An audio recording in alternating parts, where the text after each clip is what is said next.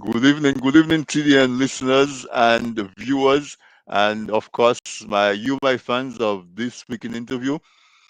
Welcome, come on in to another episode of this week in interview. I've been looking forward to this night, as I always do every week, Wednesday night, the highlight of my week. I get to spend an hour with you, and so if you are here with me every Wednesday, welcome back. I appreciate you. And if tonight is the first time that you listen to this week in interview, welcome as well. Our collaborators, the managers of RV Jams Radio carries this weekend interview live on DigiPlay channel 59. And we want to thank them for that and say good evening to you listeners who are tuning in Dominica on DigiPlay channel 59. If you're not in Dominica, but you know somebody who's in Dominica who would like what we normally do, inform them. Let them know that they can either tune in on Facebook, because we're on Facebook, on YouTube, on Instagram, but more importantly, we are also on DigiPlay channel 59. Also in the Toronto market, Radio SBE Online carries this week in interview live. So, folks, if you go to YouTube and you search for this week in interview, you'll find our Facebook page. Please like and follow us. If you are on this, you're listening to us, please say hi in the chat. I don't see if you're on unless you say something. So please let me know that you are there. Uh, Tonight we we are talking about something that's very serious. We are talking about our rights, and folks like to say that I'm a man, and as a man or as a woman, I I I I am born with what they call inalienable rights, rights that cannot be separated from you or should not be separated from you.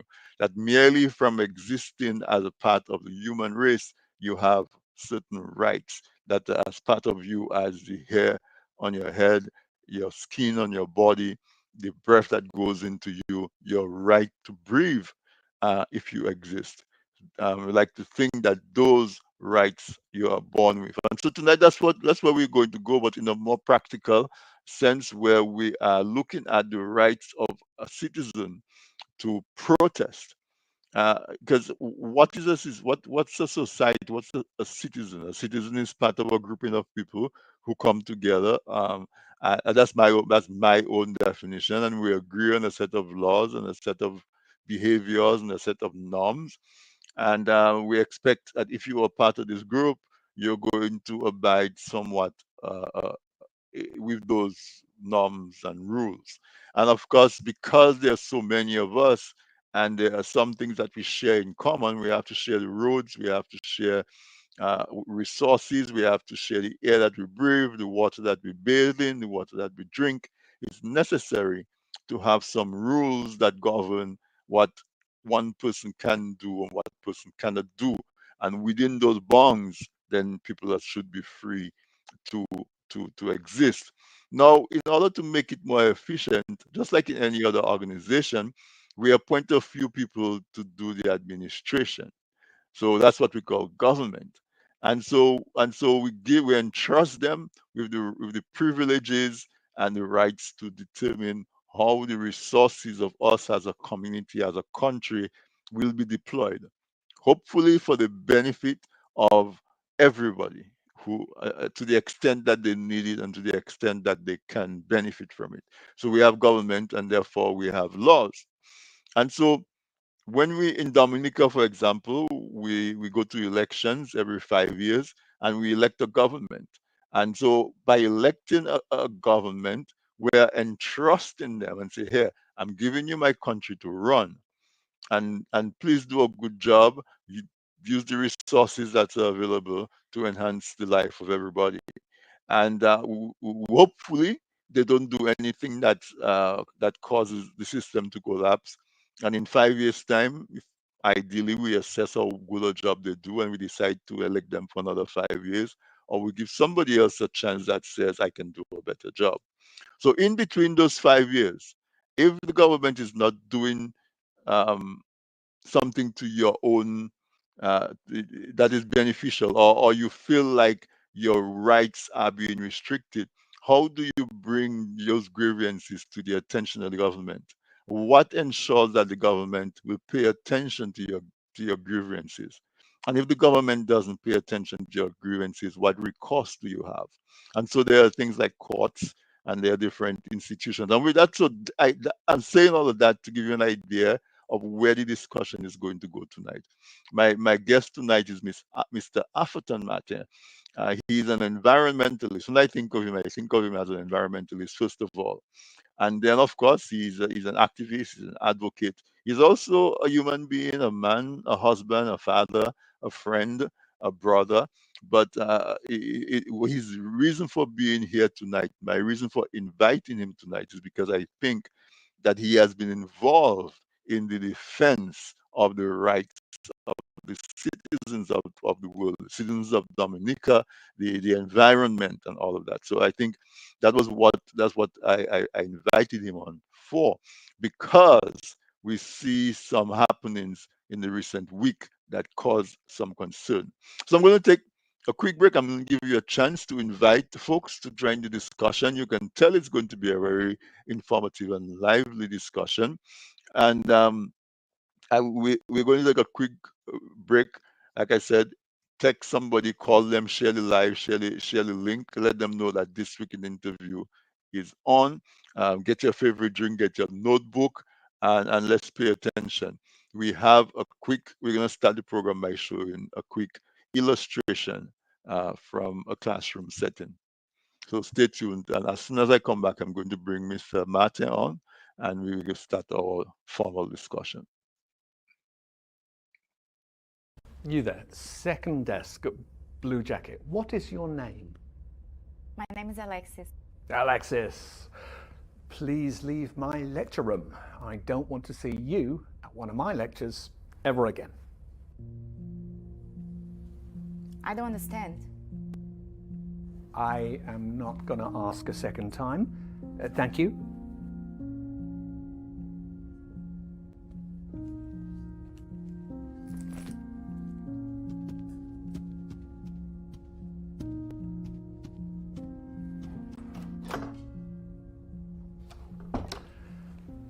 Why are there laws? What are laws for? Anyone? Social order? To protect a person's personal rights.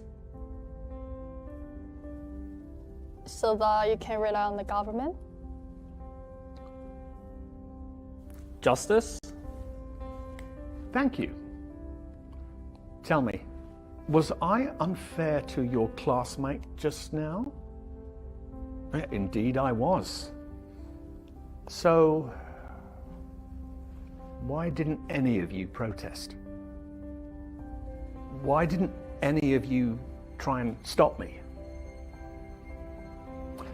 Why didn't you want to prevent this injustice?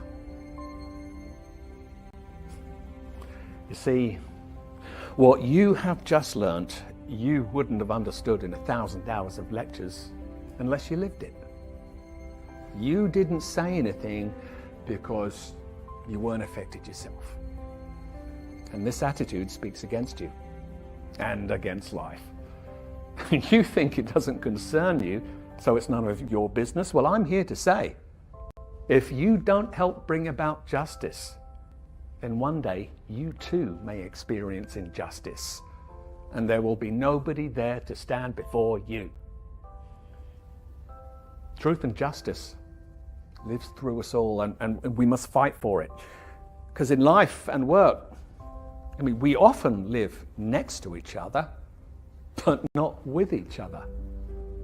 We console ourselves that the problems of others are nothing to do with us, none of our business. And we go home glad at night that we're spared, but it's about standing up for each other.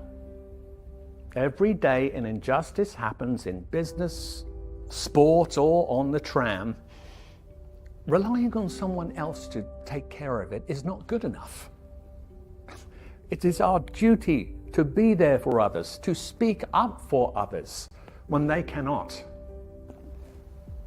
I am here to teach you the power of your voice. I want you to learn critical thinking to empower you to stand up for what is right, even if it means going against what everyone else is doing. Thank you. Thank you for that, Sam. So it's a wonderful video, very, very illustrative. And of course, it took place in a classroom setting, but you can expand it into a community, into a family, into a business. If you don't participate in preserving justice, one day you might find yourself subjected to injustice. And so I want to bring on my guest, Mr. Atherton Martin. Athie, welcome back. A very warm welcome back to you to this week in interview.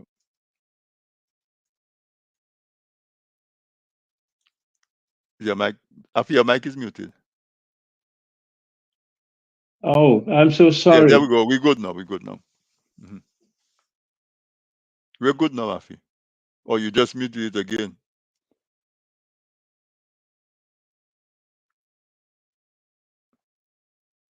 Not yet. Not yet. It's still muted. You had unmuted it a while ago. Yeah, there you go. Okay, sorry. No problem. Okay. Okay. Okay, after a slightly jokey start, I want to thank you again for having me. You know, I wanted to say to your colleague that was quite an on-point kind of insert, because it actually got to the very heart of what I had planned and have planned to share with you and your listeners and viewers this evening. And it doesn't just have to do with the question of our rights. It has to do with the questions of not just we having inalienable rights, but we as human beings, like all other members of the animal kingdom, we have two major drives that help determine whether or not we respond in the way that the professor in the clip was urging his students to respond or not. We have instincts. Instincts are what we're born with. All animals have instincts. Animals live their entire life cycle driven by their instincts. Instincts to survive, instincts to hunt, to get food, to raise their cubs or their families, etc. We have those same instincts. But as human beings, we have another major driver, which is intelligence, which is the capacity to think, to reason, to deduce, to draw lessons from past experience in a way that we can pass on in many ways, in writing, audio-wise or otherwise. Mm-hmm. I would like to start by asking our listeners and viewers to think, how much of your decision making is driven by instinct as opposed to your intelligence, your capacity to think things through, as opposed to, I don't like Mr. instinctively, so I'm not going to. Even if you see that what Mr. is saying or doing is correct, but you don't like Mr. That's a situation in which you have allowed your instinct to react to your attitude towards the person rather than your intelligence. I guess we as human beings have been customized, particularly in today's kind of world, to rely on our instincts and the intelligence of others, more particularly artificial intelligence nowadays. What does that mean? What does that do to us? What it means is that when an incident occurs, what are the first questions that come to our mind? We ask, well, what is going on there? The next kind of question we ask, who's involved? Who's involved? Where is this taking place? You see the kinds of questions, what, who, where. But the questions that we seldom ask is, how did this happen? And more importantly, why? Why did this happen? Whether it be a vehicular accident, an illness, a natural disaster. So we have grown up, and particularly in our little society, we have become victims of taking the easy road, of not digging into a situation, not investigating, not inquiring into a situation, but really more depending on our instinctive reaction. If I'm a member of a particular organization and they're doing something, I instinctively support what they're doing, even if a moment of intelligent reflection would reveal to us, but that's not right. We shouldn't be doing this. So even if I am a member of that organization, I have to speak up. So I put that out there in front of us, because you will find, as I have found in my 78 years so far, that there are some very simple formulas by which we can keep our life in order. And that is one of them. I want to make these things come alive to us by sharing a few experiences that have occurred in Dominica.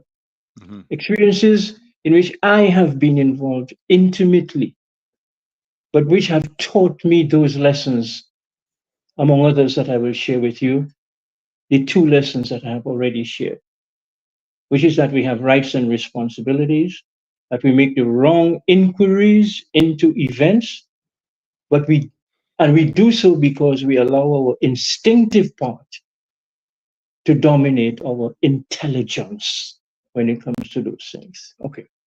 In 1972, the host of this program was a little boy in a village called Castle Bruce. I had just taken up a job there as manager of a 876-acre estate owned by CDC, the Commonwealth Development Corporation. I barely knew the people. I'm happy to say that I now know all the people, most of them. But within a couple of weeks, 6 weeks actually, of taking up the job, I received an order to lay off 55 people out of a workforce of 145 people. That would have included many of his relatives.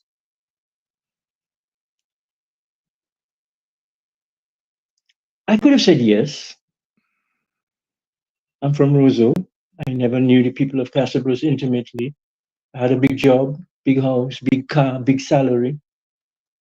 I could have said yes. It would have been the easiest thing to do. That would have been the instinctive reaction. Why, I'm going to look after myself and my wife's self. I didn't. I said no. Because I was already, even at that time, calling upon the intelligence part of my being. I was not just a manikou or an agouti or a siwik. I was an animal, yes, but an intelligent animal. And I decided to calculate and think through the implications of a decision like that. Talking with the elders of the village, whom I got to know very well, X.D. Lockhart, Alfred, Mr. Alfred, mm-hmm. and so on and so on. A whole bunch of Alfred. Ralfred, and Raphael's father, actually. And in that kind of discourse with the elders of the village, I got the first glint of support for my decision. They were nervous because they knew I was about to be dealt with, which I was. But I agreed to be dealt with, meaning to be fired. But I was very comfortable, both instinctively and intelligence-wise. And I have remained comfortable with that decision for all these years. Because they were asking me, Mr. Martin, why you want to stand up for us? You don't even know us. You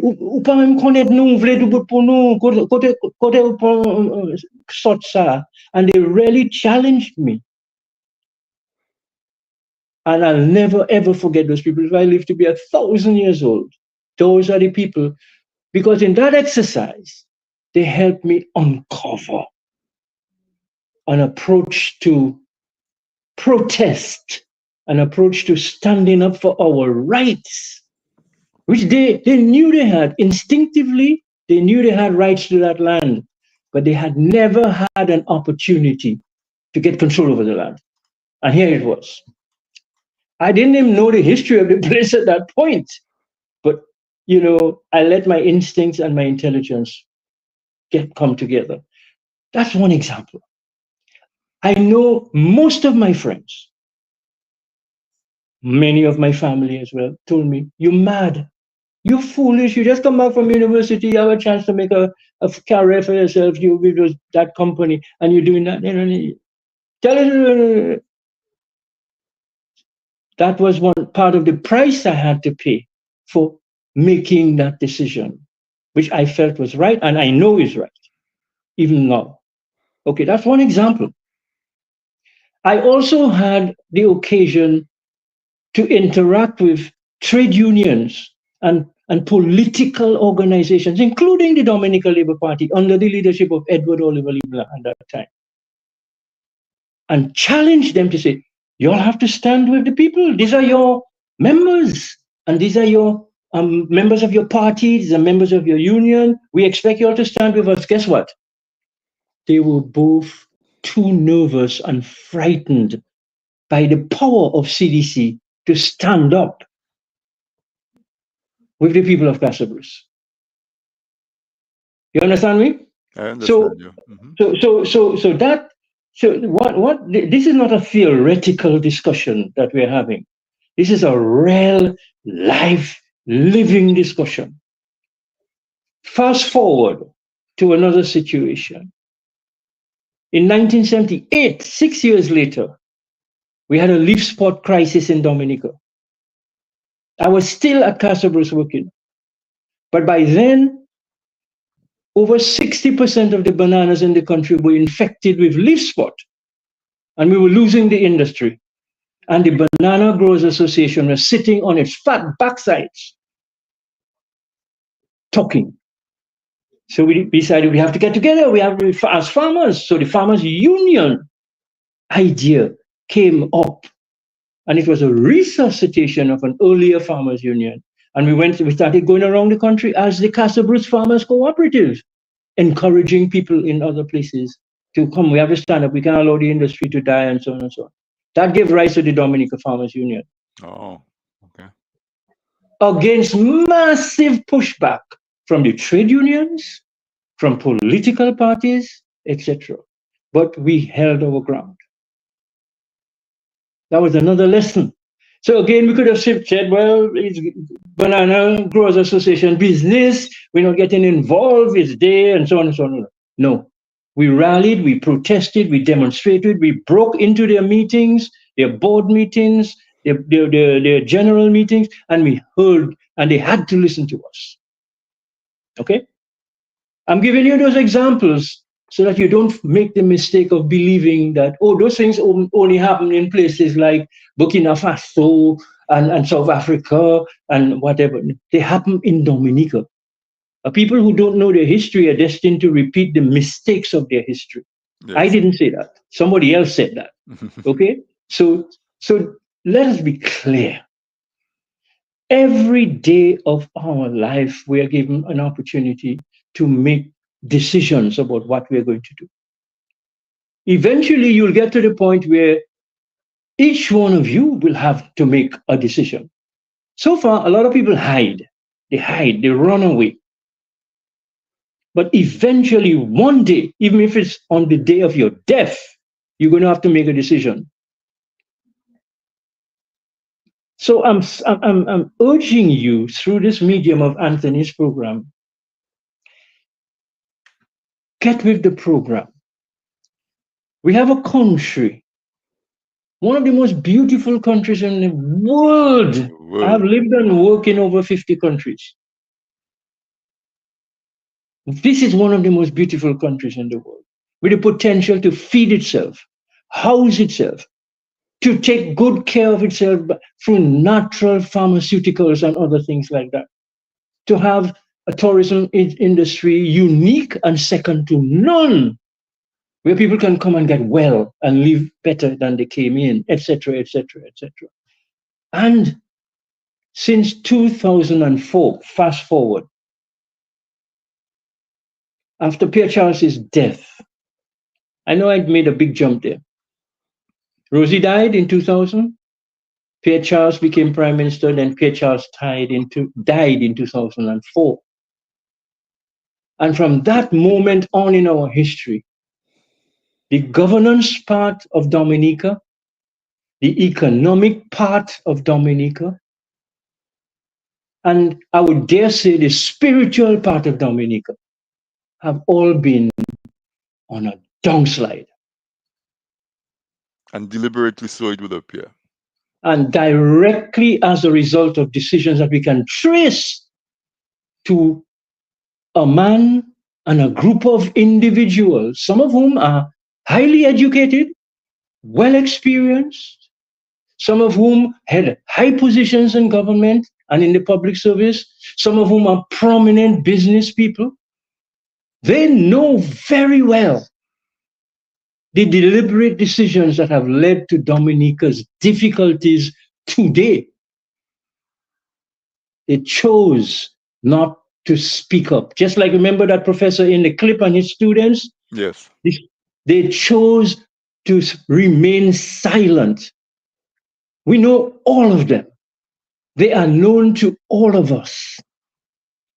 And they are equally guilty of the collapse of Dominica as the politician. Equally, if not more so. Because I go further to say, it is easier to stop a slide before it begins than after it comes down the side. We saw this slide coming. From the moment that this young boy that we know today know as Roosevelt, Skerritt, wormed his way into being the leader of the Dominican Labour Party, doing so even while Pierre Charles's body was still warm on a bed in the Princess Margaret Hospital. He hadn't been dead for 6 hours. And these guys, the whole cabal of them, and that cabal is still alive and well. Some are managers of radio stations. Others are senior public servants. Others are prominent business people. Some are lawyers. Some are CBI agents, etc., etc. All these people have to be held accountable, because when they had an opportunity to stand up, like the students in the clip, when they saw what was going wrong, they either remained silent and said nothing, or they actively engaged in giving encouragement and succor. And participated. And participated and benefited from the net negative results of those decisions. So let's be clear. We can remain as silent as we wish, or we can choose to ask only, what happened there now? Who's involved now? What kind of vehicle it is now? Anybody hurt now? As opposed to asking, why did that accident happen? So long we should have repaired that corner. So long we should have actually put the drains in proper condition. So that failure to inquire, and by there, let me just put a footnote to that observation, which is a direct result of the kind of education we're giving our children. When I was in St. Mary's Academy, I was encouraged to question the teachers. I was encouraged to investigate and to say, excuse me, sir, Mr. S.J. Lewis, Mr. Cookman, all of them encouraged us to question them in class, not to just accept what they were saying. So you have to cultivate an attitude of inquiry if you want a citizenry that is not just going to accept everything that is shoved down their throat. Right. And I would go further and say, even better yet, to stop the slide. If you want to encourage a citizenry that is not just prepared to accept that, oh, we are a country of laws and we have to obey the laws. Bad laws have to be broken. Bad laws must not be obeyed. And so, but you Right. need somebody with sufficient substance and backbone and knowledge to take a position like that. We are not at that stage anymore. There was a time when Dominica was, on a whole, filled with people who were prepared to challenge the law, challenge the public service, challenge the political directorate, challenge the religious directorate, challenge the economic leadership, challenge, because we knew it was our right not just to obey, but we had a responsibility to engage in shaping the society before it came down the hill as a landslide. That's Right. my opening comment. No. And I like the way you position it, because you set the stage for where uh, citizens can participate in the Exactly. governance. Not just those in government. The everyday citizen has to participate in the governance of the country. Absolutely. The way you do your job, you're participating in the governance of the country, because your contribution to the economic development of the country helps. The way you conduct your career as a lawyer, as a doctor, as a farmer, as a policeman, you should be able to look at what you are doing and decide, okay, I am a policeman. There are a group of young men who are voicing their dissatisfaction that they're not getting work. They're owing the bank for their trucks. They have a family to feed. They are trying to be enterprising in a country that doesn't have a lot of opportunity for employment. And because they are packed in the street so that they can draw attention to their cause, somebody hands me a long gun and tell me to go over there and shoot them if they misbehave. And I say that, yes, sir, give me the gun, and I will make them see that I will shoot them if they misbehave. Whether or not they would have actually shot, we don't know, but the attitude and the posture and the pointing at the gun at folks indicate to an ordinary person that if you don't do as I say, I will shoot you. And so as a young Dominican, and Dominica is so small that all of us know each other. We probably all related to each other, some 10 for 11th cousin, if that far. How True. do we say, because we are a member of the police force, because we put on a uniform, it transforms us from a human being into a robot, that somebody will put a gun on my shoulder and tell me to shoot this young man because he's giving you back chat, or his truck is parked across the road, or he's coming at you, shoot him. And so where does that end? You being Well, a policeman, and you understanding that I am a human being, I am a Dominican, I am somebody who can think independently for myself. there's a lesson in recent history that answers your question. Where does that end? After the Second World War, 1945, it ended. Remember what happened, the Nazis and the Jews and so on.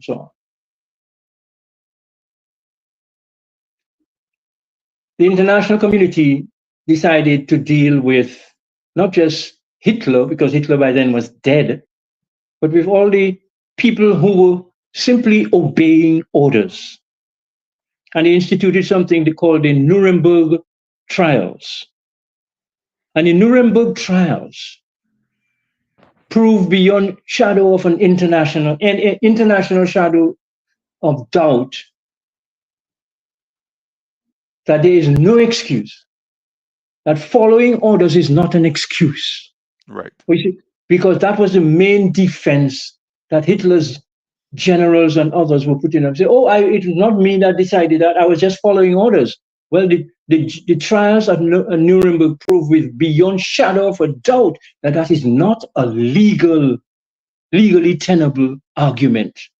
And We so know they it's were certainly all not moral. It's certainly not moral. absolutely. Yeah. And it was really on moral grounds, but morality and legality often are not always together in the same boat, you know. Hmm. You know, some people pretend to be legally knowledgeable, but they do very immoral things.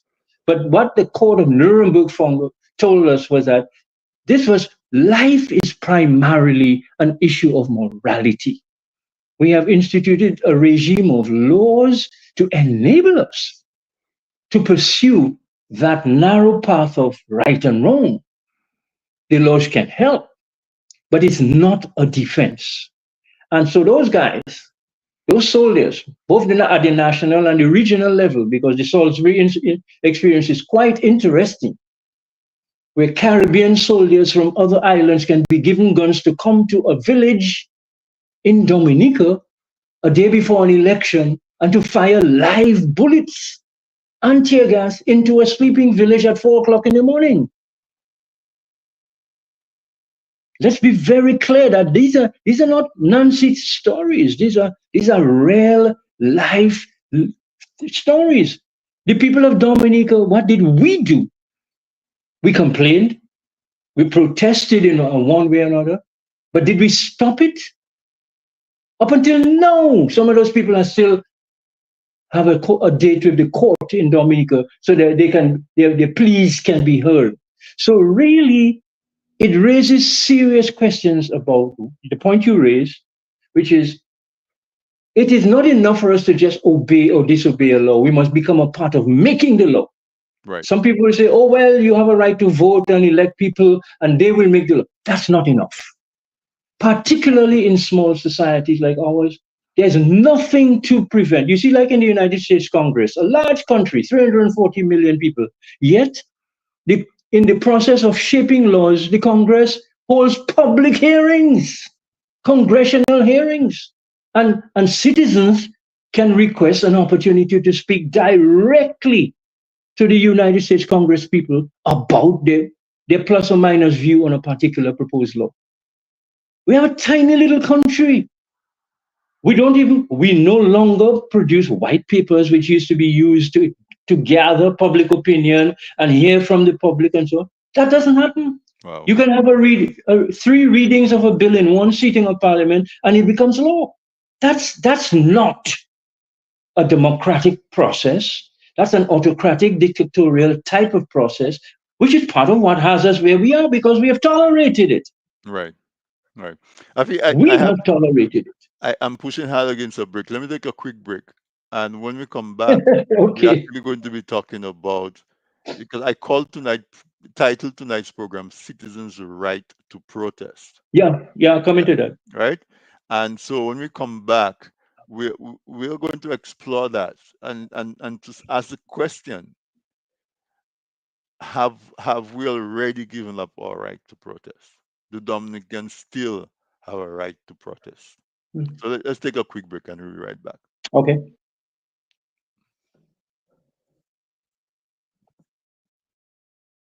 Presented by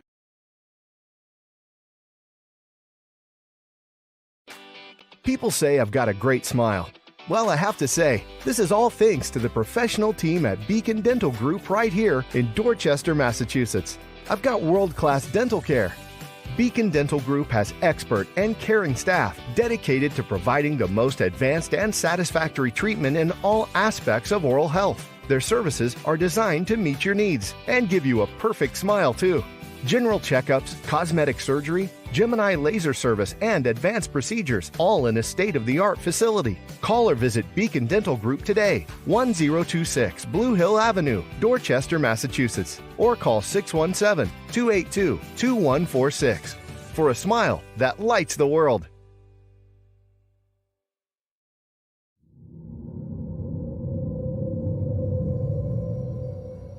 A smart house run by a vengeful AI, a mute witness to an act of unspeakable evil. A breadfruit thief is haunted. A young man unwittingly creates a god. Giant crapos terrorize a community. A witch seeks revenge on her neighbors, and much more.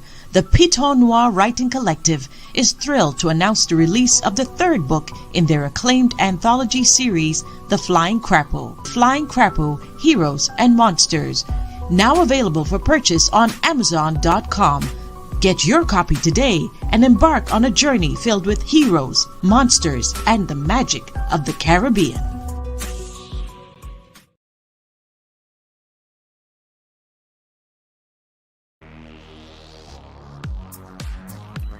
How much Dominican history do you know?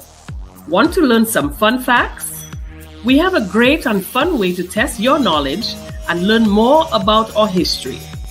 Get your copy of Dominic Anu, Dominica in Puzzle. Fun for the whole family. Available now on Amazon.com. Visit pushpast10.com to learn more. Email us at dominicainpuzzle@gmail.com or call 877-698-9894.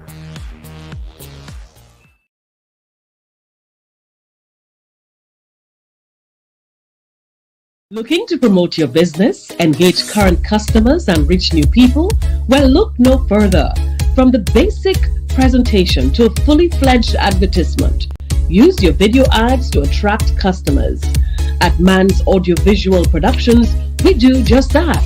We produce videos for business and event promotions, product demo videos, animated explainer videos, fundraiser ads, and much, much more. Engage your clients and sell online. We customize the video to match your brand design. Guaranteed to play flawless on all devices, including smart TVs. Contact us at telephone number 203-690-4342 or 767-245-6238. Visit our website, mansaudiovisual.com, or email us at derekvideo@gmail.com.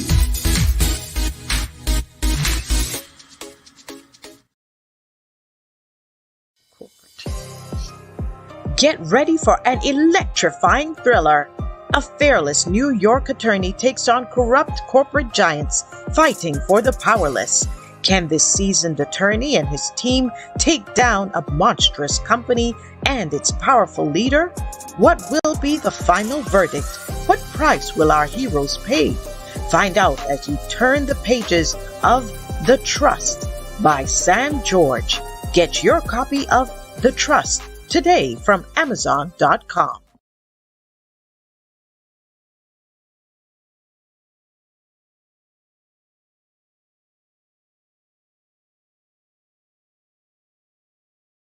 Thank you to our sponsors, and of course, I will encourage you to get your copy of The Trust by our very own Mr. Sam George. Very enthralling and cannot put down, if you want to put it that way, novel, and that mixes, you know, technology, AI, with human morality, which is what we're talking about tonight. So, uh, talking about folks who are standing by and watching injustice, and I guess keeping their fingers crossed that it will not come to their doorstep. And we're talking about folks who are intimidated and who are forced to back down under the threat of force, under the use of tear gas. So it's not just a threat of force, it's the use of force. Because we witnessed a demonstration last week, Monday, of the truck drivers in Dominica who are protesting the fact that there are major construction projects going on in Dominica, but they are not able to get work for their business, for their trucks, so that they can earn some money to pay back their loans.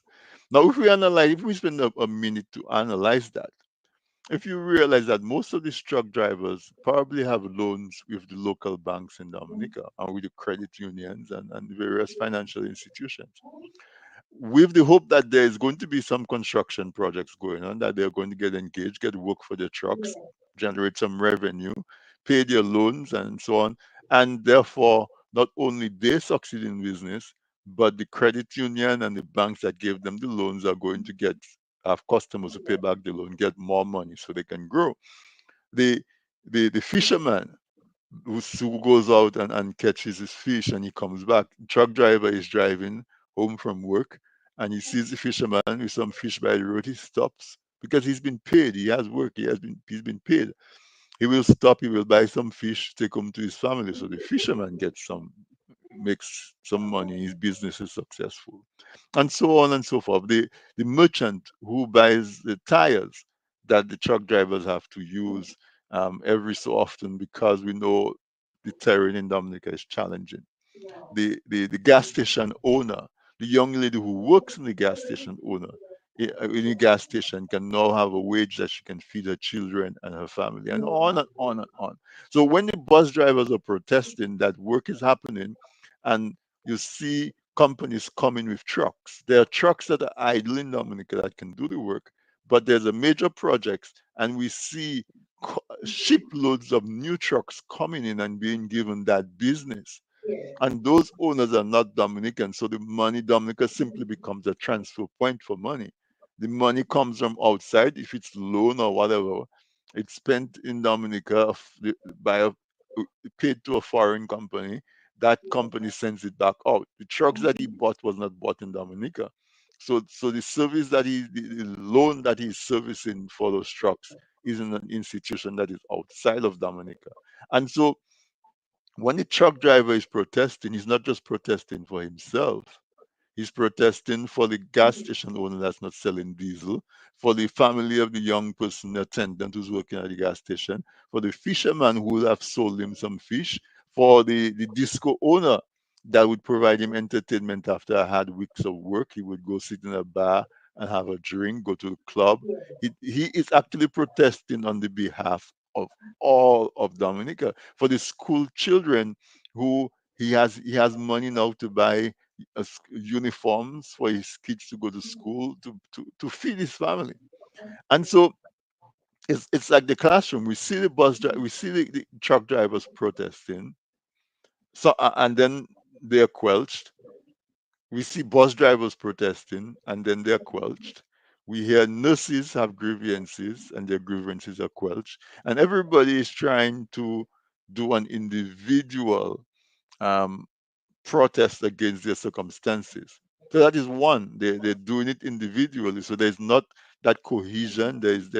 Although everybody is suffering from the same circumstance, they're doing it individually. And then they are not supporting each other. So we see truck drivers, and there are 20 truck drivers, so there's probably 25 people on the street. We don't see that solidarity.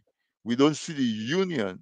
So, for example, the Waterfront and Allied Workers Union, who works on the port and would be clearing the containers of tires that comes in for the trucks. They don't see it as their problem to support the truck drivers when the truck drivers are protesting. And so it becomes easy for the authorities to quelch that protest. No, because they can quell the protest doesn't mean that they should. Because as we entitled the program, the right to protest, the truck drivers have a right to say, we don't like what you're doing. They wrote to the government, they made um, appeals, and it seemed to fall on deaf ears. And so they figured the way that I can get my grievances heard is to cause some disturbance. Nobody was being hurt. There was maybe some inconvenience. It takes a little while longer to get to Rosa than normal, but it was just inconvenience. Nobody was hurt. Nobody was. But the police showed up with guns and tear gas and did it indiscriminately. There was tear gas in the yards of people that live close by. There's a daycare program. They tear gas the kids, the young kids who are the daycare program, and so on. So, Afi, what what do we do when it seems as though the the powers that be seem to have the upper hand and seem determined not to allow protest? And then I hope I'm allowed to say there is a recent decision by the court that seems to support that type of behavior, which says that to have a political gathering or protest, you have to seek the permission of the very people that you're going to protest against. I'm going to give you the chance to speak on that. I know it's a general topic, but I think you're more than able to bring shed some light and maybe point us in some direction of hope in that regard. Absolutely, absolutely. When you have management of a country by misinformation and mischief, that's the net effect. What do I mean by that? The country is governed by a constitution or a supreme law.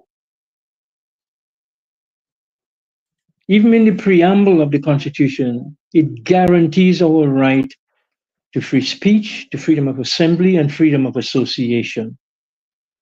There's nowhere in that constitution which requires us or suggests even that we have to ask for permission to exercise these inalienable rights of free speech, free assembly, and free association. Nowhere. Even in the Public Order Act of Dominica does not require anybody to request permission of the police or anybody else to hold a public meeting. It does not. The only thing you are required under the Public Order Act to request permission for is if you want to march or hold a procession of any kind.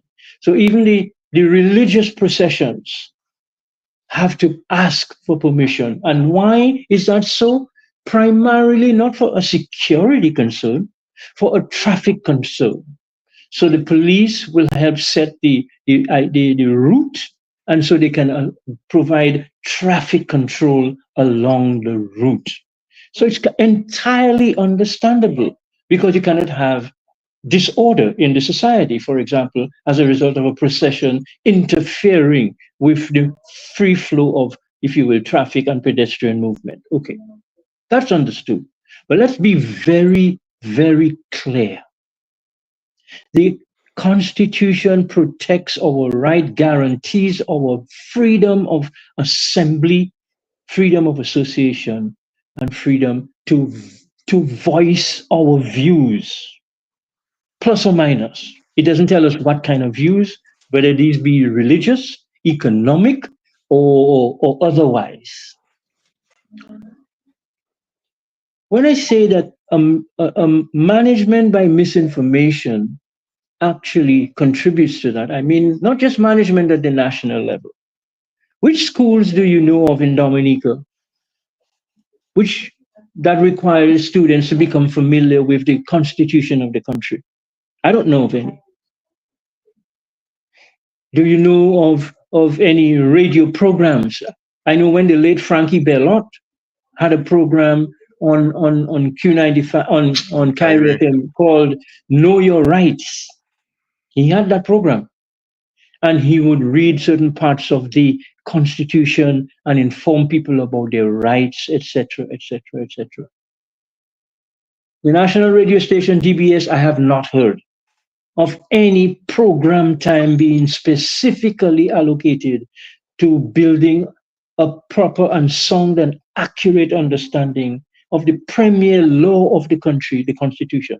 So neither the newspapers on a whole do not take time. They do not allocate space to that kind of thing. The trade unions do not hold regular workshops and seminars on the Constitution. Professional organizations, even the Bar Association, does not hold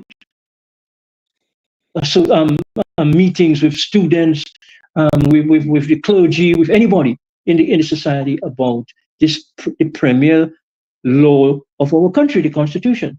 So here we are, claiming to be living in a country governed by a democratic constitution, and we don't even know it.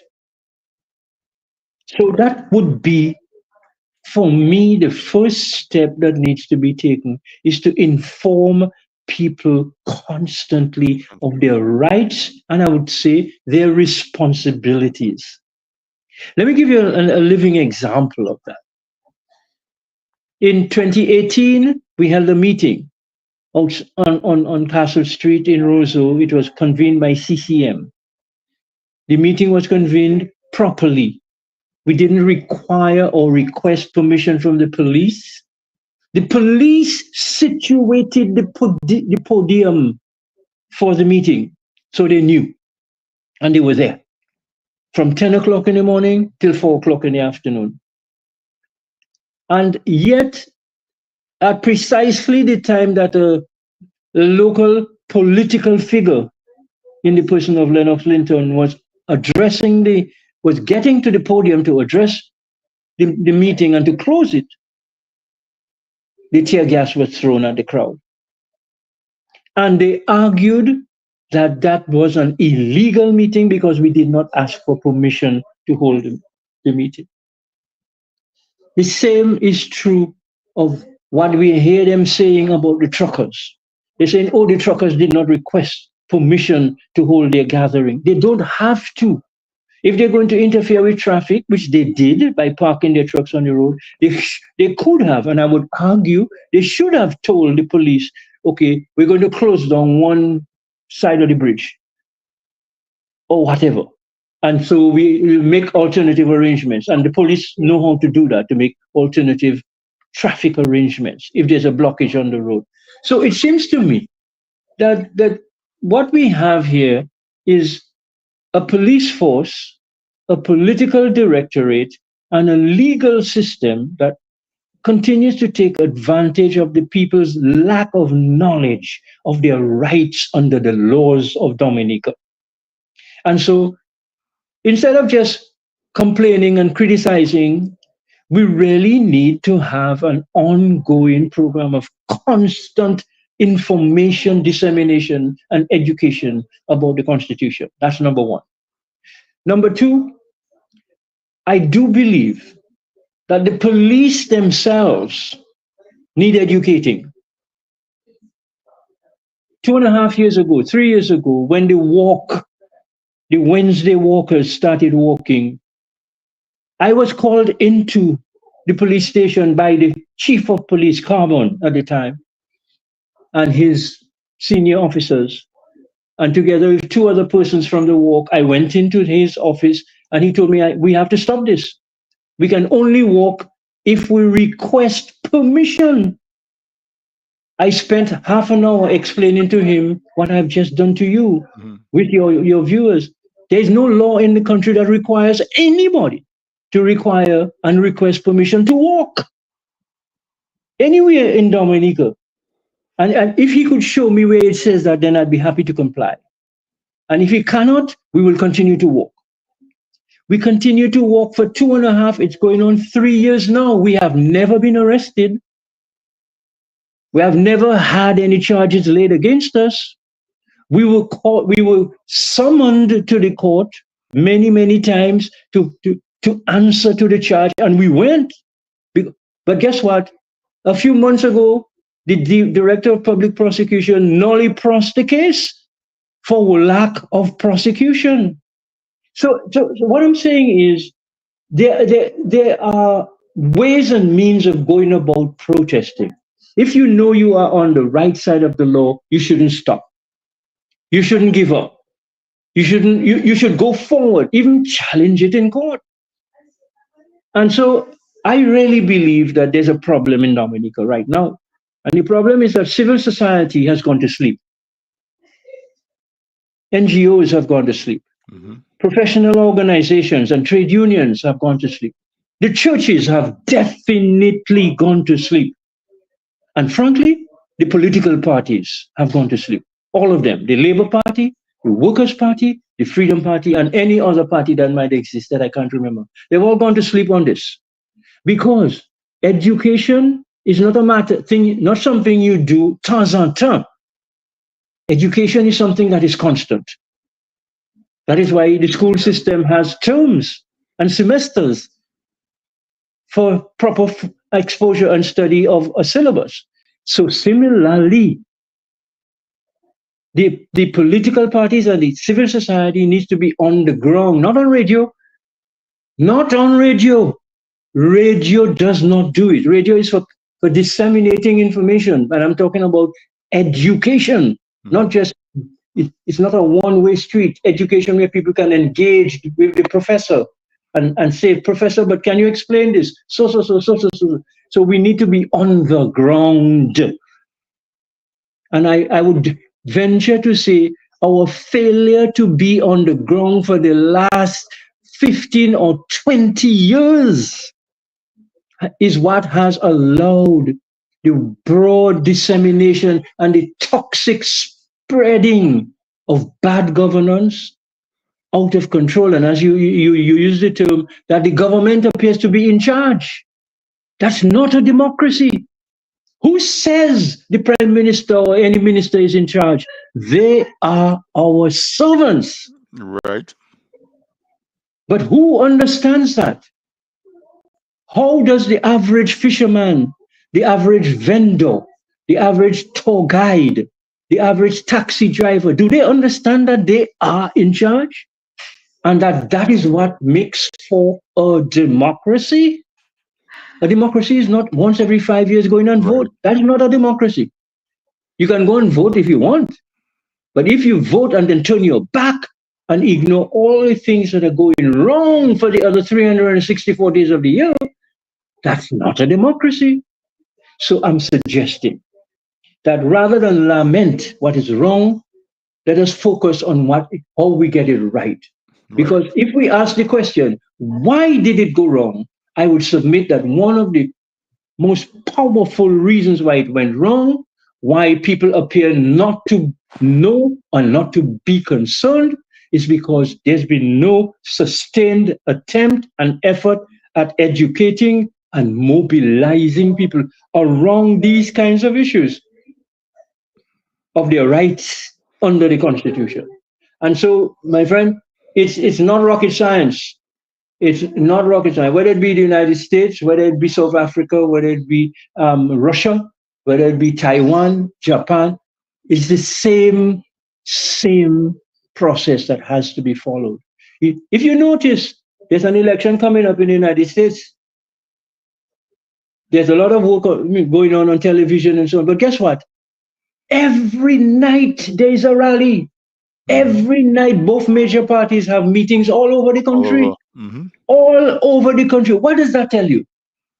It tells you that they understand the limits of mass and even social media. And so they need to be there touching, looking people in the eye. Shaking hands and kissing babies. Shaking hands and listening and catching the vibe. Our political and civil society leaders have stopped doing that. And so they are out of touch. So they have left the road clear for any demonic or oligarchic or autocratic leader to take over and do what they want, which is what has happened. That is what has happened. We can fix it, but we have to get busy working on the ground. And to engage.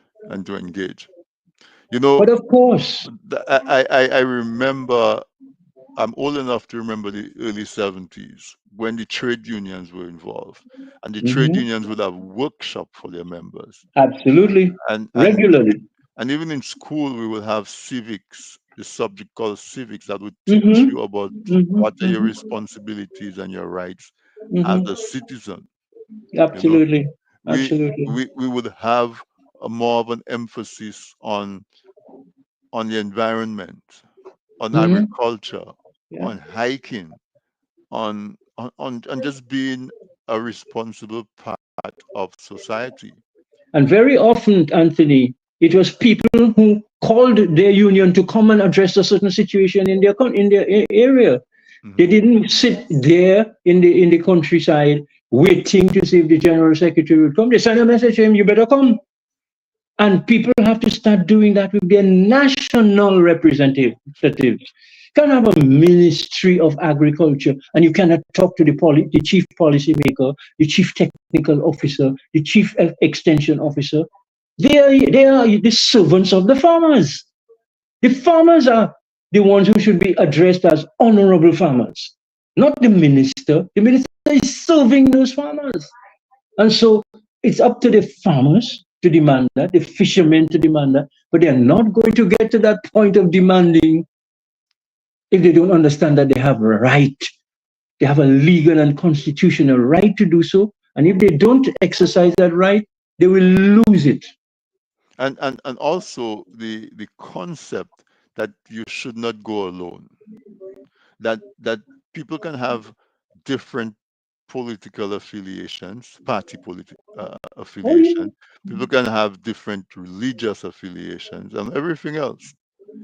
But when there is a common cause that threads its way through the community, we should be able to come together and say Absolutely. that this is important and this is and so this individual, each person want to go to the minister and ask for their own personal favor. Each person want to, and nobody wants to support each other and say, Exactly. this is, if everybody benefits, if from it, it's better than me just benefiting by myself. And I think that that is a result of the vacuum that you're talking Absolutely. about. Absolutely. And it's a result, a net result of that vacuum as well is the the cavalier way in which the people in office and the public servants break the law. Mhm. A minister has no right under the law, no right under the constitution to handle government money outside of the control of the permanent secretary and the staff of the ministry. I was a minister on 2 different occasions. I can tell you that. No minister should have any government money in his pocket and say, here.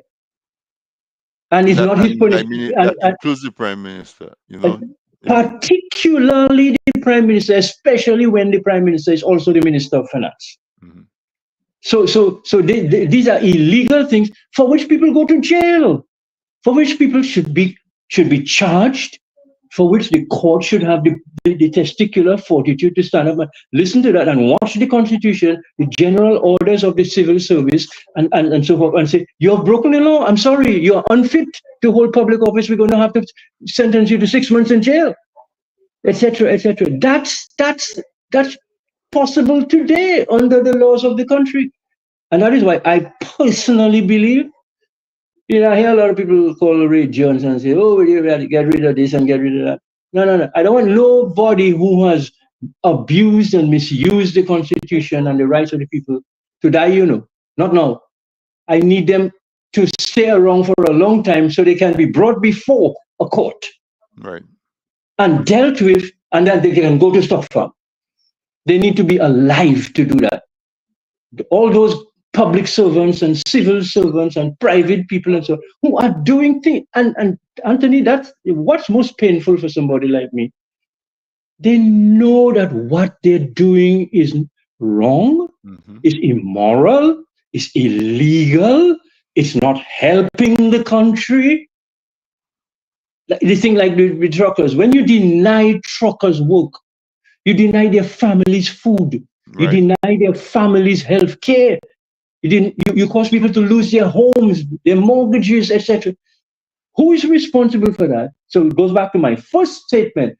If we are not asking the question, how did this happen? Why is it happening? And what is the effect of it? We are not going to get to the point where you say, but it's you, sir, you, who have deliberately stepped outside of the rule of the law, of the public service, and of the country, and you're guilty. Just like the man who went to the supermarket and thief a pound of sugar, he's guilty. You tell him you can treat him according to the law. When the minister abuses and refuses to account for public money, how can it be, Anthony Drago? How can it be that I'm not even going to the CBI because that has been brought up so often. I go back to a smaller amount of money. Venezuela gave Dominica $100 million US, 270 million EC. That was placed in the care of a single minister, Reginald Austrie, who remained that minister with direct responsibility for that fund that so-called Petro-Carib Fund, has never given an account of it. He and others used to say, oh, it's a grant. So even if it is a grant, was it a grant to you, Reggie? Or was it a grant to Dominica? If it's a grant to Dominica, where is the accounting? And they refused for all these years to explain to us what happened to that $270 million. That's a crime. Somebody like that needs to go to jail for a long time, because the absence of that $270 million throughout the economy is what has contributed to the very sad situation that all of us face. Your point, we are all facing it, so we all should be involved in fixing it. The hospital, the high rates of cancer death, the unnecessary death for lack of medical, everything. And the destruction of our environment. I couldn't. You cannot have me on your program for me not to raise that, because again, it's an education thing. We have a lot more professionals trained in ecology and environmental science and so forth now than we had 30 years ago. But we appear to have fewer people willing to share their knowledge with the public. Meaning, these are the people who should be explaining to people, why is the removal of trees on a hillside a bad thing to happen? You can explain that in science. You can explain that in hydrology. You can explain that in soil loss. You can explain that in terms of, damage to built infrastructure lower down, danger to people, etc. And you can cost it out. So you can show that your failure to manage and sustain and maintain a forest system has all these negative effects on the society. When you have a lot of rain, it will cause flooding, etc. The same is true of our water resources. Our failure to pay attention to what is happening to our water resources, our insistence on interfering with the sources of Dominica's water, which is our river systems, could lead us one day to be just like Antigua. And people say, hey, last Papa Pontiac, what happened to Dominica? But what happened to Dominica is what is happening now. Those of us who know the importance of maintaining good forest system, proper soil drainage, good drainage on your roads, etc., proper maintenance of your flood plains and your river banks and so forth. Those are these things. People say that, oh, these people like stones and trees more than they like people. Really? Can people live without water? Come on. So the scientists in our society are silent, and they're guilty. They're guilty. They're guilty of silence. And so I don't want them to just get up and leave and go. I want them to be there so that they can be held accountable too, just like the politicians. And when you have a group of people making policy and decisions on budgets and so on, who have no idea about these things, and yet you are Minister for Environment, or you're Minister for Agriculture, you're Minister for Health, you have no idea? Can you take somebody who doesn't know how to drive a pickup truck and put him on an excavator to go and do some work for you? Come on. Right. So, goes back to the beginning of our conversation. It's not just about your rights. It's about your responsibilities. And if you see something happening that you know is not right and not good, stand up and speak up. It's your right. And if you don't want to take, protection from the Constitution, take protection from your own internal sense of integrity of what's right and what's wrong. All of us have that. All of us have that. But some people have learned to stifle that because they want money. Money. They like money. They want things. They want power. Sometimes it's not even money, it's the promise of money. Or this. There you go. The remote possibility of getting money. Yeah. So Dominica is easy to understand, but it takes a little effort. And it appears that we're not prepared to put nowhere near the kind of effort we're putting into CIVO. If 1/10 of that effort was put into understanding Dominica, we'd be all right. Yeah. We'd be fine. Yeah. Because we see the feds are well organized. I see fed happen on the weekend, and they look like fed in Miami and all these places have nothing on them. you know, stages, stages tents, and bars, dress-ins and bars and promotion. yeah, yeah, But is that happening for agriculture? Who's promoting agriculture? Who's promoting primary health care? You know, who's promoting the battle on chronic non-communicable diseases, which is now out of control in Dominica? Obesity, cancer, diabetes, high blood pressure. Who's promoting that? Are you hearing ads for that? No, you're hearing ads for SIBO. right. In fact, I have to say this. From last year, I started hearing financial institutions in Dominica giving loans for SIBO. Yes. That if you have friends and family coming to Dominica for a Creole Fest and you don't have money, we have a special loan facility to give you money to go and spend on CO. That is crazy. Whoever made that decision in those institutions really should not be there. How can you be giving loans for CO when farmers don't have loans for to plant? fertilizer and for And planting. the hospital doesn't have drugs, paracetamol, and come on. I mean, you see, it is these contradictions that we have to get our people to exercise a little more critical thinking about. And it starts at home, it continues in the schools, and is promoted and continued by the civil society. But if we don't get it right, it will do us wrong, which is what has begun to happen. It smells of colonialism, you know, and what we see going on in some of these other places where the countries who want the resources of those locales encourage war and bring guns and bring drugs and bring also while the local people are busy fighting each other and getting involved in all kind of activities, they can sneak into the back, grab the resources and take it out. But And you've that's just described what is exactly happening in Dominica now. exactly You've just described it, exactly. We are fighting each other and we're in deba with each other. We don't like this one. We're not working with that one. But who is coming in and setting up shop? And setting up shop. Last year at this time, there were 27 shops and stores in the city of Roseau between the riverbank and High Street. 27 of them owned and operated by Chinese. Yeah. The number must be much greater now.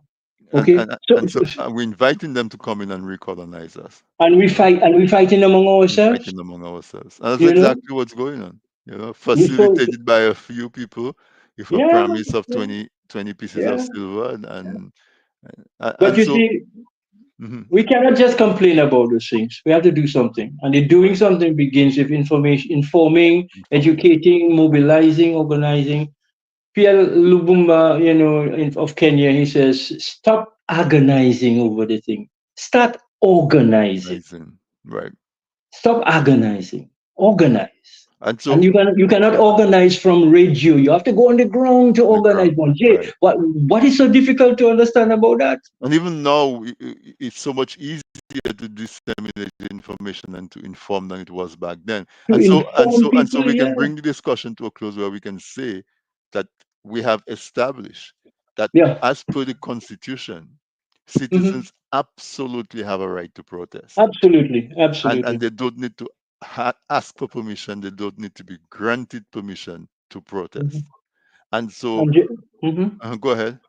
Just for the record, the recent decision of the High Court in our case of 2018 and the tear gas by Macmillan's gas station, we are appealing that decision. We are appealing that decision precisely on grounds of violation of the constitutional right for free assembly. If we don't appeal it, what we would do is would create a precedent in the legal system where anybody who wants to have a meeting anywhere would have to ask for permission. And that is in violation of our constitution. So we are appealing it. It also has wide regional implications throughout the Caribbean and internationally. We have been informed reliably by people who have looked at our case and said, you all better appeal this. You all have to appeal this because it is a matter of international significance. If a country openly is violating the fundamental right of its citizens locally, which actually is also a fundamental right guaranteed by the international arrangements for human rights at the United Nations. United Nations. Okay, enough said. And so we have to understand that what we need to do is to educate, is to mobilize, That's is to right. encourage people to see it as a common cause and to fight for Absolutely. that common cause. Absolutely. That is what Absolutely. Athie, as we bring it to a close, I want to, as usual, tell you thank you for being here. But I want to give you the opportunity to make a few statements. You can talk about the case more if you want to, or anything else. We spoke about the environmental degradation. We talk about the moral degradation. We talk about the economic degradation, and all the different aspects of that. So I want to give you the opportunity to just bring the whole conversation to a close. What I would like to do in closing is to connect what's happening in Dominica with what's happening around the world. Because we often think, as you just said, on the ground in Dominica, this one not talking to that one, and that group not talking to that group, so we're not working together. We are on the earth, and there's only one earth, as far as I know, so far. And there are things happening internationally that I'm not hearing these as part of the discourse, not in either by the political parties or by others, And I want to draw your attention to some of them. Number one, the formation of the BRICS: Brazil, India, Russia, China, South Africa, now augmented by 6 other nations, and there are about 12 other nations just on the verge of becoming members of the BRICS. The BRICS are now the largest economic bloc on earth. The G7 is no longer the largest economic bloc on earth. We better start paying some serious attention to what's happening there. The BRICS have just this week set up a whole new currency for trade and a whole new mechanism for moving currency that is outside of the control of the same traditional colonial countries. As you know, if you need to transfer money from country to country, you generally would use the SWIFT transfer system, which forces you to come through the US dollar banking system. And charges are levied on you at each point of the way. The BRICS countries have decided that they're going to allow trade among themselves using their local currencies. What is the significance of this for us? In Dominica, for instance, as part of the Eastern Caribbean, 7 countries have one central bank. So our EC dollar is managed by the Eastern Caribbean Central Bank. The guarantee of that EC dollar, unlike the guarantee in most other central banks, where it is gold or some other asset like that, our guarantee is the US dollar. So we are exposed on 2 counts, both when we're trying to trade across borders with our EC dollar and as we now try to sort of make sure that the EC dollar retains its value to allow us to kind of continue to do business. We better start paying some attention to that.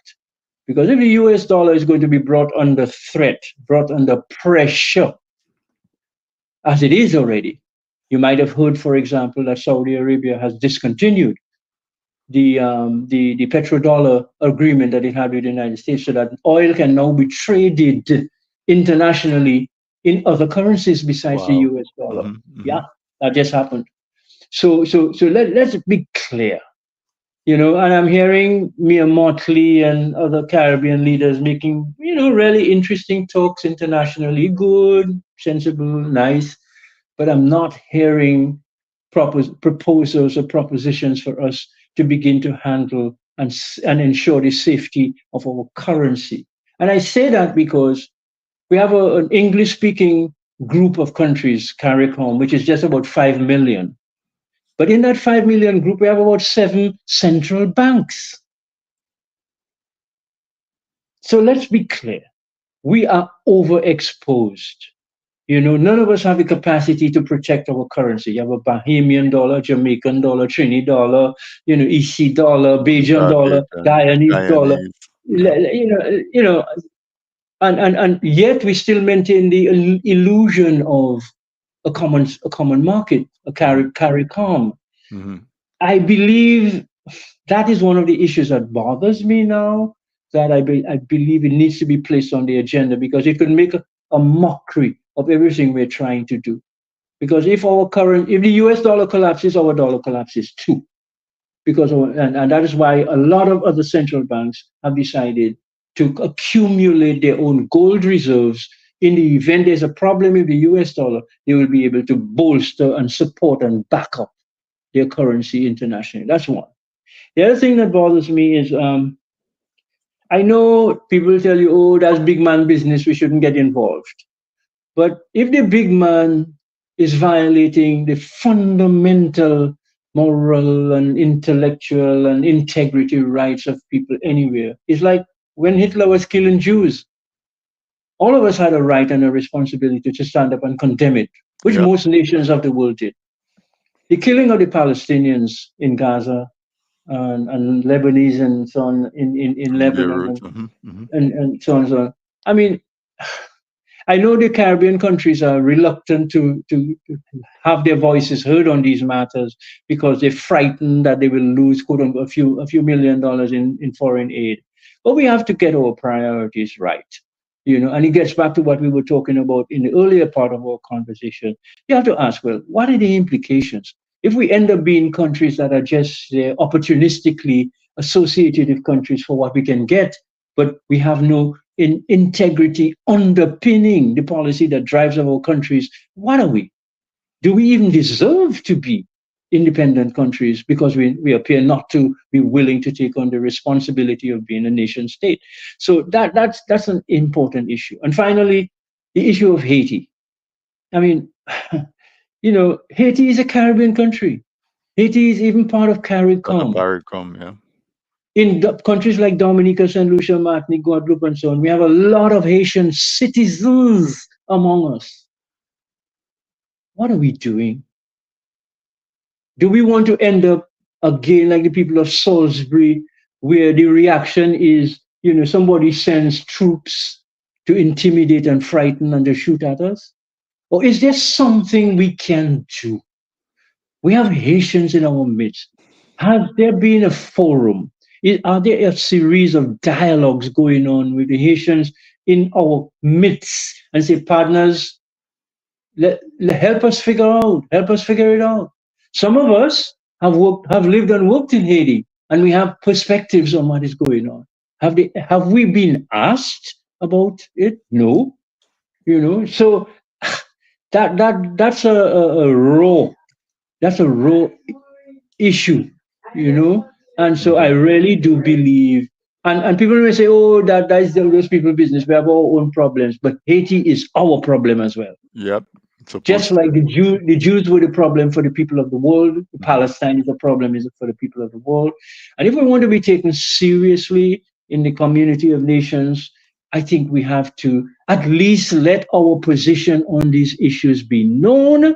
No, nobody's going to kind of come down on us with a big hammer, but at least they will know what our position is. Yeah. Equally on BRICS and other matters related to international. The international economic order is shifting rapidly. I do not hear us paying attention to that. And that has to be on everybody's agenda because it's going to determine what future we have, economically at least.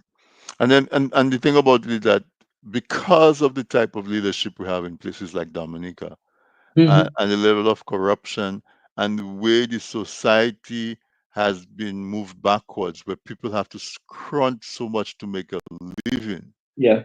It takes up the space and the mental resources that our people will have to be able to think about issues like that. When a truck driver is scratching his head, how is he going to pay his loan so he doesn't lose his truck? Where does he have time to say, let's have a meeting and talk to our Haitian people who work on our farms and see how we can help their people back home? When Lennox Linton first made his expose on the billions that have not been properly lodged in our treasury, a few of us got together and we talked about it. And my proposition, my submission to that grouping was this. And this was about what, 6 years ago, maybe 5 years, I don't know, not so long. And I said to them, look, when the financial crisis of 2008, 2009 hit in the United States and Europe, what did those governments do? They bailed out the corporate sector. They bailed them out because that was at the heart of their economic survival. If we took a leaf, not even a branch, a leaf out of that, those billions that we have allowed Hayden to sort of mismanage and control and do what he wants with, could have been used to give every business in Dominica a second mortgage. Every business, large and small, including the truckers, including nurses who have mortgages that they cannot meet. And you could have, and that money could have re-entered the economy through the treasury into those financial institutions, the credit union movements, the various banks and so forth. And then a fresh set of money becomes available for financing new business because people are freed up from the burdens of their whatever exists, their current mortgages and so forth. And that would have released, I believe, Anthony, such an energy of growth. Can you imagine a farmer who still owes money for something related to banana production? And he still has that debt on his books at the National Bank. Threatening to take his land from him. Threatening to take his land and so on and so forth. You know, can you imagine that? And that farmer can breathe again. He can hire some people to work with him. He can employ and deploy new technology, etc., etc. The boat people, the boat owners, and like Neville Wade and his son and others in Portsmouth could refinance, purchase new vessels, get refrigerated ships. You know, we could do the water transportation of water from Dominica with bulk in bulk to neighboring islands and so, because the country's economy would have been, it's like you're refreshing your computer. He talked about reset, but he had no idea what he was saying. That is our prime minister. But you needed to reset by injecting a fresh supply of money. And everybody, all the little guys on Upper Lane and Virgin Lane who have their little businesses trying to make a living in the yard there and so on. You call them in and say, no, partner, that's not good enough, man. We have proper place for you to work. There's a loan which will give you a good startup, etc., at 2%, 2.5%, blah, blah, blah, blah, blah. And before you know it, your artists in music, in painting, in sculpting, in dance, you have a proper recording studio built, etc., etc. You resuscitate your reading areas. Come on, man. I mean, come on. You know, so before you know it, everything is bubbling. It would remind us of the heyday of the banana industry, which you will remember as a little boy. That boxing plant in Casa Bruce, that would work for 3 solid days a week. Yep. I remember that. So anyhow, but that has been my proposition. And it's fallen on deaf ears because guess what? They really don't know where the money is, or if they know where it is, they have no power to retrieve it, or they want to keep it for themselves. These are the only 3 options. And so, you know, that's criminal activity, my brother. That's criminal activity. And that's why I say all policymakers and policy advisors and technical advisors over the last 20 years who have in any way contributed to the collapse of the Dominican economy should be brought before something like the Nuremberg trial. Brought before a commission. It's like they had in South Africa after the thing, and truth and reconciliation. And those who are found guilty sent to the full court for them to answer for the misdemeanors. I mean, that's the only way we can clean it. Otherwise, it's like having a bobo and all you're doing is putting plaster on it, plaster on it, plaster on it, and you're not dealing with the real source of the problem. Right. We must do that. Definitely. We're ready to go, but so I don't know why. What I would say to that, Athie, is that Dominica is small, relatively, and therefore, if you have to take the analogy of a huge tanker aircraft carrier, to change the course, it needs a big wide berth, as opposed to one of our canoes that is done by our Kalinani. Right. They can change direction on a dime. Quickly. And so I hear what you say, and I hear you saying how it's possible and how it can be done. And that gives me hope that we can pull ourselves up. We just have to have the determination to do it. Yeah. Because what I would say is that Dominica is small, so it's easy. We have one hospital. We probably have 100 miles of road. We have 10 schools. It doesn't take a fortune to make those things first class. That's right. If we make up our mind to do it. That's right. The other thing I would say is that we don't need everybody.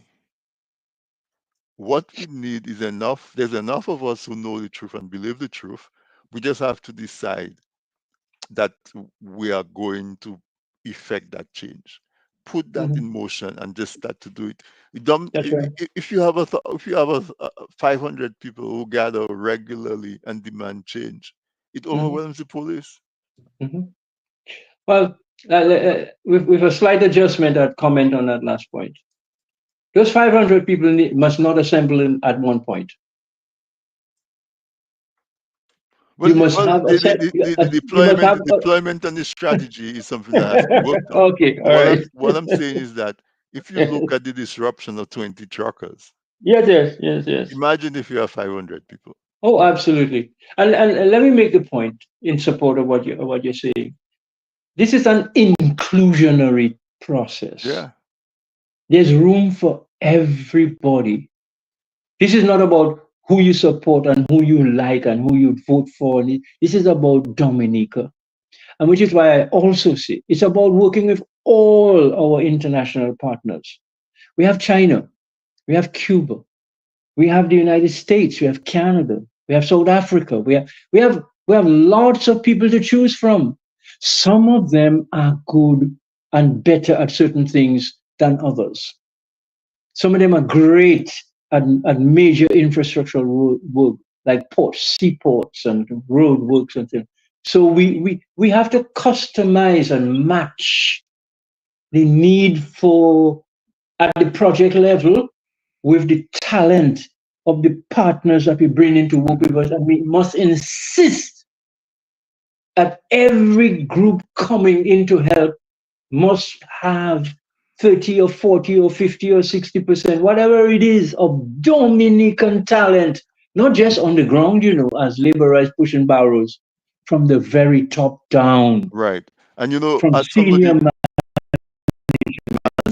somebody who has worked in projects that were funded from international organizations, I can tell you I know for a fact that exists. But we don't invoke in those it. contracts. We don't insist on it. We abandon it. I remember a project that I worked on, and when a foreign contractor comes to Dominica to do work, and they want to bring a foreigner to work, they had to submit documentation proving that they could not find that talent locally. They could not find a trucker locally. They could not find an excavator operator locally. They had to submit document to show why that person has to come and why you couldn't get a local person. Exactly. And the funding was predicated on exactly what you say. A certain percentage of that manpower had to come from local workforce. So we know it exists, and we know what to do. We have to bring it to a close. It's almost 10 o'clock. I've indulged you, and I thank you for that. I'm sorry to be so long. The wisdom that you share. I'm thinking about you. You know, you and I can go on. I can go until 2 a.m. But Well, you're a young we have fella, to, we partner. have to You're a save young fella, exactly. We have to I save have to some get for my next year. sleep. Yeah, and plus, you've been out in the fields working for decades now. Absolutely, Some absolutely. of the Yes. young soldiers have to take over. Um, Well, the last time you were on, we had the guys from Nunsewie, and they are examples of folks who are trying to pick up the mantle yes, and run with it. yes, yes, yes, yes. But I want to tell you thank you. Thank you for your time. Thank you for your experience. And of course, I've said it before. You opened the program by talking about your work and your experience in Castle Bruce. And I experienced it from the other side because I was part of the community that was saved by your action. Because Okay. when I was growing up, Castle Bruce people had garden in Hotel, in Right. McLatin, in Belfie, up in the mountains and On the far out. heights. And the nice flat arable land was owned by the Colonial Development Corporation, which had changed its name to Commonwealth Development Mm-hmm, Corporation, mm-hmm, CDC. And so folks would work on the plantation, and on weekends they would go plant their little farm. And based on the action that you initiated, you support other people, they formed the Castlebrooks Farmers Cooperative, and some other young men took another portion and formed the yeah, Anthill until Farmers mhm, Cooperative. mhm, My mhm. brothers are Your involved in brother that. Joe and others. Yes, yes. Yeah, and Mm-hmm. and that's how Castlebrooks people got land that way they could viably Mm-hmm. farm and to send their kids to school and to Yeah, university and to build their homes and so on. yeah, So you contributed all of that directly to my family. So thank you for that. And so you gave us hope. We just now have to take that hope and go do some action. You know, yeah, yeah. it has to start with education, but education with an objective to effect change, Mm-hmm. because definitely what we have in place right now is not working. It's I not don't think working. it's working for anybody. It's No. not even that it's working for some and it's not working for others. It's not working for anybody Yeah. because there's some that seem to have, they cannot enjoy it the way they need to, because there's so much want, and it's starting to reflect in crime and Mm-hmm. Mm-hmm. vehicular accidents and Absolutely. lack of health care and all of those things. Mm-hmm. And people constantly begging them. So you don't get to enjoy the wealth that you accumulate. Yeah, So it's not working for anybody. yeah. So Afi, thank you. You know, It's um, my pleasure. It's my pleasure. At any time, I mean, I just want to congratulate you on the work that you continue to do. Most people don't know half of the work you do, but that's for you to tell them when you are ready. But I do know, and I am honored to be associated with, in some small way, and helping make that possible for you and the rest of your family and your community.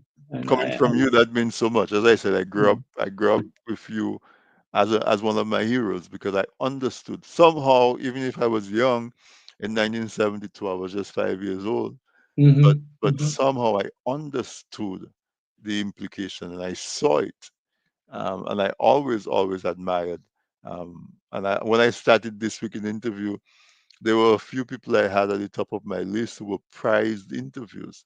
Was yourself, Lennox Honeychurch, and some other cultural person. I think it was Raymond Lawrence.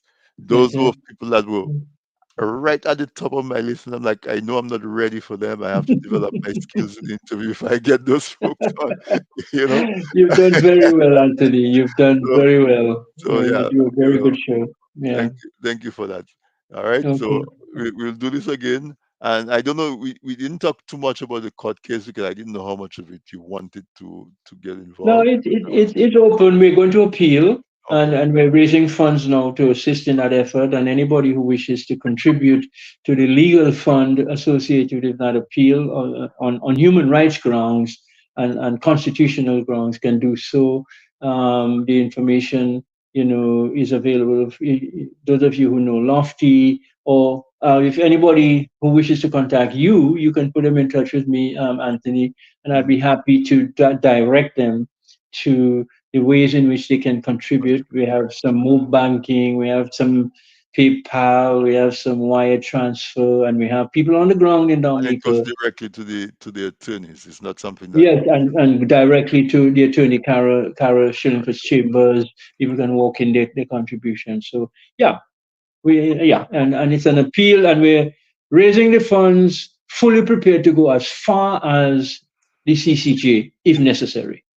So There's a lot it's not of just a things. and whatever is not spent on this particular case will go into other human rights cases that have been that, and there are many who that should be given the opportunity to challenge the violators of human rights in court. And so this hopefully could be the beginning of the creation of a ongoing human rights legal fund, so that people can be a little more comforted and more ready to go forward if they are on good solid ground. Okay. But thank you for that. Thank you, Athie. So, folks, Okay, here man. there's a human rights, fund where, the High Court ruled that Mhm. in Dominica you have to get permission to have a meeting, a public meeting, and so on. And that's the gist of it. But I want to say thank you to the folks who stayed with us. Margot, as usual, Didi Easter, Owen Prosper, Alexandra Thomas, Lazo Finn, Dios Dupi, Rebecca Theodore is there. Good point, Athie. Hi, Rebecca. Um, Working with all international partners. Zed Lloyd is with us. Gina Castle. Uh, and of course, there are many more, but I can only see those um, who actually made comments. And Margot was commenting and fully engaged throughout. But folks, this is so important. We see a few folks protest, a little protest, and we see the response of the authorities bringing the policemen with huge guns and very intimidating to the crowd and tear gas and all of those things. Maggie Cornelius is right there. Maggie, I didn't see you. Of course, my big sister Mags. Thank you for tuning in as well. Um, you know, we want to say that with just a few more numbers, we can show that that does not intimidate us. I know I'm sitting in New York and I'm telling that to people on the ground, but all of us aspire to go back home. There are none of us out in there, very few of us out in the diaspora who don't have an aspiration to go back home, who would not love to be able to go back to Dominica. And if we sit by and we watch it deteriorate and crash and burn and become ruins, what is it that we have to go back to? Suppose the right person wins the election and America starts to devolve. Where are you going to go? You know, can you really go to Dominica and say, I am going to Dominica? We see the quality of healthcare that is in Dominica, where you so many folks you have to go and buy your Fenzik by your pharmacy and bring it to the hospital so they can administer it to you. That is what we're facing. And so we want to say that it's your right to protest if we want to stay on point to tonight's discussion, and we should organize our people we can support. Those of us who are not local, like is no secret when when there's protests in Dominica, we get money, we send them to them so they can buy water and whatever, and they can pay small legal fees when they get arrested and so on and so forth. We can play our part. Not everybody is in the field of battle. Some people can provide refreshments and reinforcement. And so I encourage you to contribute to the fund that's being collected. It's the Chambers of Cara Shillingford. As I said, if you contact me, I can give you the information for that, or you can just contact the Chambers of Cara Shillingford. If you're in Dominica, you can walk in and make a contribution. There's Mo Banking, there is Western Union, and all of that. All right, folks, I'm going to leave it there, but I hope you agree with me that Gina Castle so long time she hear the word Fenzik, but it's not spelled with an F, it's a PH. But no, it's true. No, we're laughing at it, but it's very, very true. Folks have to folks who are diabetic and they're at the hospital have to buy their metformin in the private pharmacy and bring it to the hospital to get it administered to them. Otherwise, if they don't do that, they go the morning without their diabetic medication. It's a very sad state of affairs. But folks, I'm going to say good night. And if you're celebrating your birthday, happy anniversary. There are some condolences that is due. Um, my cousin and David Baptist have passed. He's a brother of Isaac Baptist of the United Workers' Party, and Flora and those folks. Um, and so our condolences go to them and his family, because David's mom and my mom were sisters, very, very close family. So again, condolences to the family on the passing of another young man. But folks, um, take care. If you're in the U.S., especially in the Northeast, uh, it's beautiful time. The fall of foliage. I drove down from Boston on Saturday. Wonderful drive with our bright oranges and pastels and yellows and greens. It's just really, really beautiful to watch. So in the midst of all of that beauty, let us understand that we have a right and we have a privilege and we have a responsibility to make sure that it is not destroyed, that our great grandchildren can drive from Boston to New York and enjoy that drive. Even if I sat in traffic for hours, it wasn't that bad because it was so beautiful around me, um, driving that down. And that is the responsibility that we have. We cannot be so selfish to say that we are here to experience it, but we will watch it get destroyed, and our children, our grandchildren, our great grandchildren never get to experience that.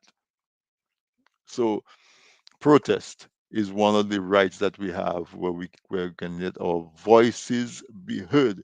Use your voice. If you stand by and allow um, injustice, one of those days that injustice is going to get to your doorstep.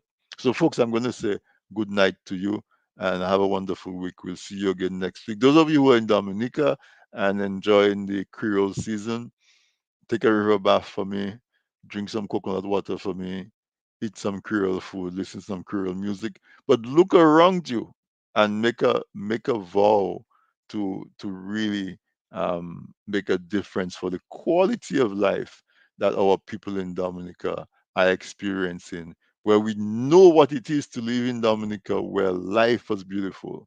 Now folks are under pressure.